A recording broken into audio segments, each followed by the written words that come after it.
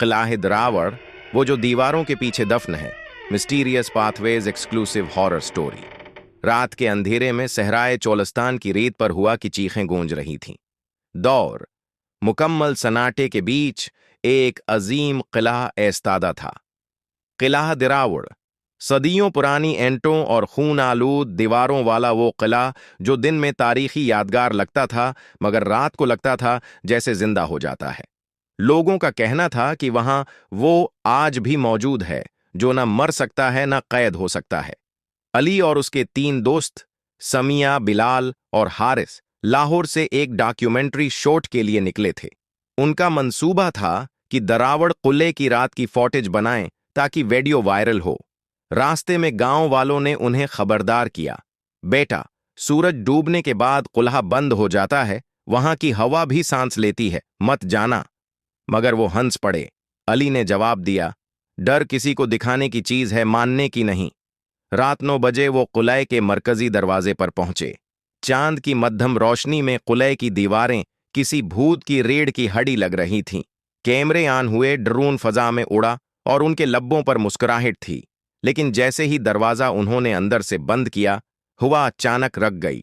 न रीत उड़ रही थी, न झेंगरों की आवाज, सिर्फ एक गैर मरी खामोशी।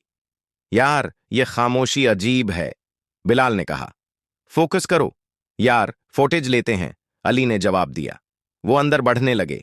एक राहदारी थी जो सदियों पुराने खून की बू दे रही थी। दीवारों पर हाथ लगाओ तो जैसे किसी का पसीना चुपका हो। अंदर एक बड़ा आंगन आया, बीच में एक खशक कनवा। समिया ने मोबाइल फ्लैश ऑन की, रोशनी कनवे में डाली। नीचे अंधेरा, मगर किसी लम्हे वहां 2 आंखें चमकें, जैसे किसी औरत की आंखें। सबने चौंक कर देखा। कुछ नहीं, रिफ्लेक्शन होगा, हारिस ने कहा। अगले लम्हे कैमरे की फुटेज ने खुद रिकॉर्ड करना बंद कर दिया। अली ने दोबारा ऑन किया तो स्क्रीन पर अजीब काले साए नजर आए। यार, ये इफेक्ट कहां से आ रहा है?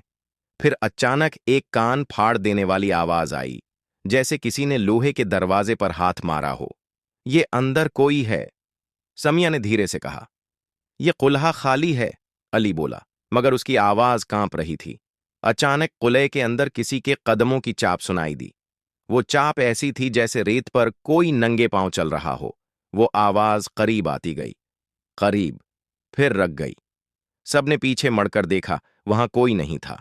लेकिन फजा में एक बदबू फैल गई, जली हुई गोशत और खून की। हारिस ने कांपते हाथों से कैमरा सीधा किया। इसके लेंस के अंदर से एक औरत सफेद लिबास में नजर आई, बाल चेहरे पर, पांव उल्टे।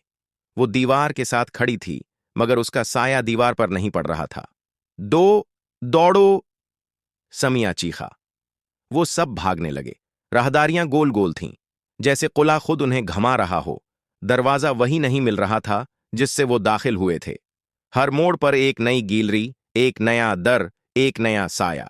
अचानक बिलाल गायब हो गया। सिर्फ उसकी चीख गूंजी, फिर खामोशी। जब अली ने फ्लैश लगाई, जमीन पर सिर्फ उसका कैमरा था जिसके अंदर आखिरी वीडियो चल रही थी। बिलाल एक कमरे में है, दीवार पर कुछ लिखा है, जो किले में रात गुजारे वो जिंदा वापस नहीं जाता।